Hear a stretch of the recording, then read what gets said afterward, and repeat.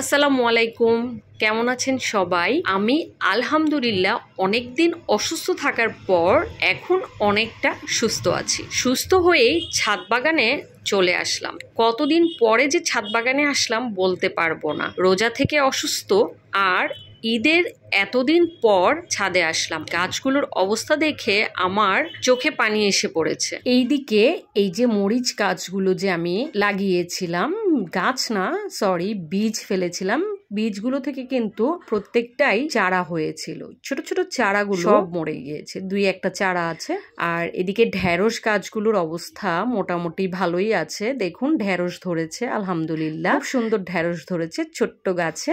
এটা দেখে একটু মনটা ভালো লেগেছে। ঢেঁড়স গাছে আসলে তেমন একটা যত্নের প্রয়োজন পড়ে না, আর একবার গাছ লাগিয়ে দিলে আপনি পুরো গরম জুড়ে একটা গাছ থেকেই ফলন পেতে থাকবেন। বারবার গাছ লাগানোর প্রয়োজন পড়ে না। তবে হ্যাঁ, একসাথে 10-15টা গাছ লাগানোর চেষ্টা করবেন, তাহলে ছোট একটা পরিবারে ঢেঁড়সের চাহিদাটা মিটে যায়। আমার এই অসুস্থ সময়ে পরিবারের মানুষজন পাশে ছিল বলেই আমার বাগানটা এতটুকু পরিমাণ বেঁচে আছে। না হয় এর কোনো চিহ্নই থাকতো না, কারণ আমার পানি দেওয়ার মতো শরীরের অবস্থা ছিল না। তো তারা বুঝে না বুঝে পানি দিয়ে কিছু গাছ হয়তো নষ্ট হয়ে গিয়েছে, আর বাকি যতটুকু আছে এইটুকুর জন্যই আসলে তাদের কাছে আমি কৃতজ্ঞ।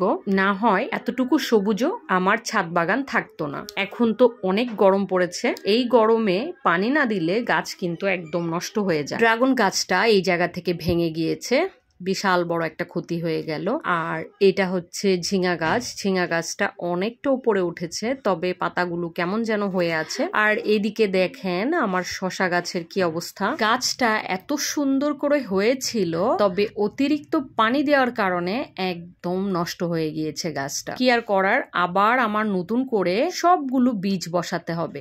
এইখানে দেখেন পেঁয়াজ ফুলের বীজ পেকে গিয়েছে, পেকে একদম ফেটে আছে। যে কোনো সময় বীজগুলো কিন্তু পড়ে যাবে, তাই এখনই এগুলো তুলে ফেলতে হবে। এই দিকেও কিন্তু ছোট ছোট চারা ছিল, প্রত্যেকটা চারা মরে গিয়েছে। এই যে দেখুন এই চারাটার কি অবস্থা, এরকম প্রত্যেকটা চারা নষ্ট হয়ে গিয়েছে অতিরিক্ত পানি দেওয়ার কারণে। আমার বেশিরভাগ গাছ অতিরিক্ত পানি দেওয়াতে নষ্ট হয়ে গিয়েছে। আসলে বুঝতে পারেনি কোন গাছে কতটুকু পানি দেওয়া দরকার, আর মাটি ভেজা থাকলে যে পানি দেওয়ার প্রয়োজন নেই সেই জিনিসটা না বুঝেই আবার পানি দেওয়াতে আমার গাছগুলোর এই অবস্থা হয়েছে।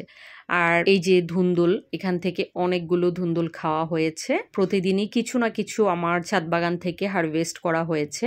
এখনো বেশ কয়েকটা ধুন্দুল আছে, ইনশাল্লাহ কয়েকদিনের ভিতরেই এগুলো বড় হয়ে যাবে, খাওয়ার উপযোগী হয়ে যাবে। ছাদ বাগানের বেশিরভাগ গরমের গাছ নষ্ট হয়ে গিয়েছে। এই যে এদিক থেকে দেখুন একটা বস্তাতেও আমার ছোট্ট চারাগুলো নাই। এখানে এত কিছু হয়ে আছে, আর প্রত্যেকটা বস্তাতে আগাছা দিয়ে ভরে গিয়েছে। ইনশাল্লাহ একটু একটু করে পুরো ছাদটাকে সুন্দর সুন্দর গাছ ফুল ফলে ভরিয়ে ফেলবো। ডাটাগুলোর কি অবস্থা, এত বড় বড় ডাটা এইরকম পানি না পেয়ে বেঁকে আছে, পুরোপুরি ঢলে পড়েছে এই ডাটাগুলো।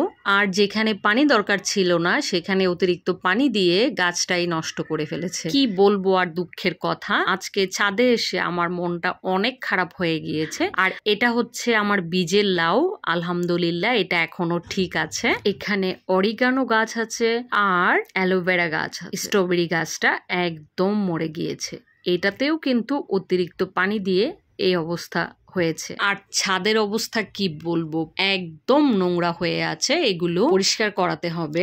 এই সাইডটায় দেখেন এখানেও কিন্তু ধুন্দুল গাছ আছে, এখান থেকেও কিন্তু অনেকগুলো ধুন্দুল খাওয়া হয়েছে। ছোট্ট গাছ, তবে বেশ কয়েকটা ধুন্দুল খাওয়া হয়েছে। পুঁইশাক গাছটা মাশাল্লাহ এটাও বড় হচ্ছে। এগুলোর আসলে যত্নের প্রয়োজন হয় না, তাই এগুলো খুব সুন্দর মতো বড় হয়ে যায়। ড্রাগন গাছের অনেকগুলো ডাল বের হয়েছে, এখান থেকে আমার কিছু কাটিং করতে হবে। সব ডাল রাখলে গাছটা ভালো হবে না। আর এখানে তো বরবটি সিম গাছ দিয়ে একদম জঙ্গল হয়ে আছে, এগুলো অনেক কাটিং করতে হবে। অনেক উল্টা পাল্টা ডাল হয়ে পুরোপুরি জঙ্গল হয়ে আছে। এই যে একটা বরবটি ধরে আছে। ছাদ বাগানে এই কয়দিন আসতে না পারলেও আমি ধুন্দুল, বরবটি, বেগুন কাঁচামরিচ, কলমি শাক, ডাঁটা শাক, ডাঁটা, ধনিয়া পাতা, এইরকম অনেক কিছুই কিন্তু খেয়েছি। ও টমেটো কিন্তু আছে, টমেটো কিন্তু এখনো 2টা গাছ থেকে খেয়ে যাচ্ছি, তবে আজকে আমি সেগুলো তুলে ফেলবো।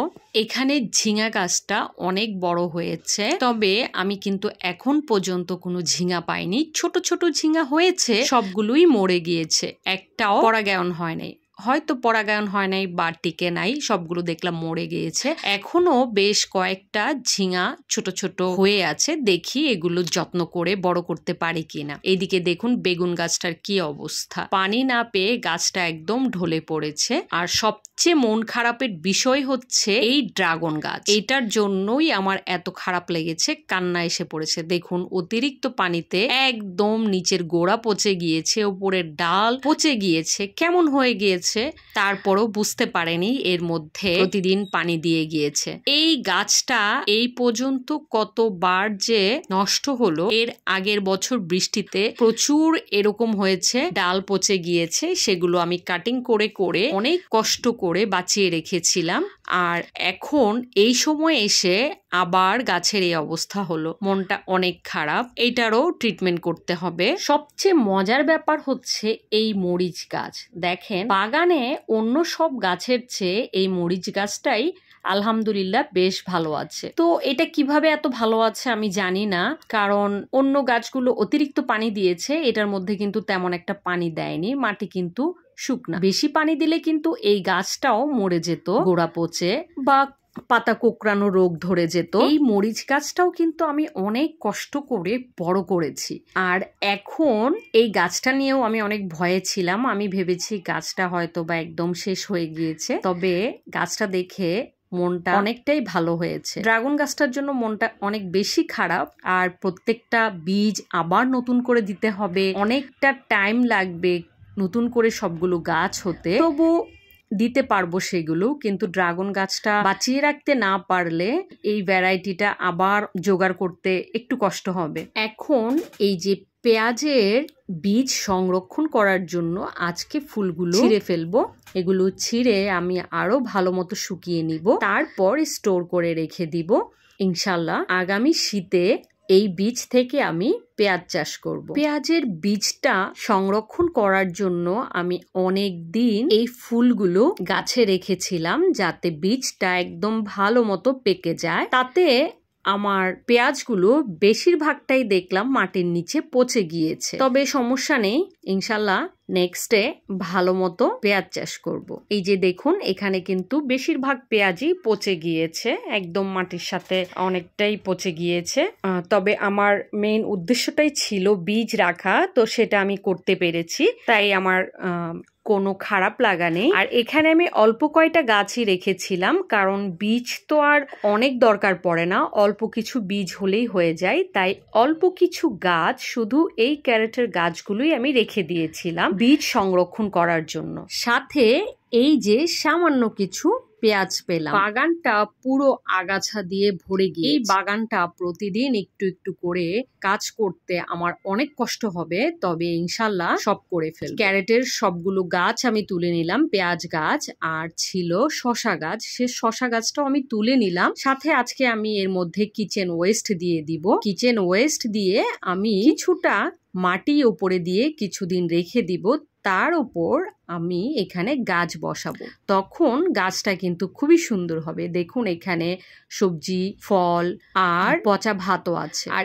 এই পাশের কর্নারে ধনিয়া পাতা গাছ আছে, সেটা আমি রেখে দিয়েছি, এটা বীজ হয়ে গিয়েছে, তো এখান থেকে বীজ নেওয়ার ইচ্ছা আছে, তাই আমি রেখে দিয়েছি। এই যে ক্যারেটটা আমি মাটি দিয়ে ভরে দিলাম, এখানে আমি এখন নতুন করে গাছ লাগালে গাছটা কিন্তু অনেক খাবার পাবে কিচেন ওয়েস্ট থেকে। এইভাবে গাছ লাগালে গাছ কিন্তু খুবই সুন্দর হয়, আর চারা অবস্থায় গাছের কিন্তু কোনো খাবারও দিতে হয় না, যখন ফুল ফলের সময় হয় তখনই গাছে খাবার দিতে হয়, তার আগে খাবার দেওয়ার প্রয়োজনও পড়ে না। ছাদে কাজ করতে করতে এক একদম কিন্তু সন্ধ্যা হয়ে গিয়েছে, অনেকটা অন্ধকার হয়ে এসেছে, তাই এখন চলে যেতে হবে। এই যে দেখুন আজকে কি কি হারভেস্ট করে নিয়েছি। আলহামদুলিল্লাহ বেগুনগুলো খুব ছোট ছোট হয়েছে, তবে একটা গাছ থেকেই কিন্তু এতগুলো বেগুন হয়েছে। এর আগেও কিন্তু এই গাছ থেকে বেগুন হারভেস্ট করা হয়েছিল। তো এখন বিদায় নিচ্ছি, সবাই ভালো থাকবেন, সুস্থ থাকবেন, আল্লাহ হাফেজ।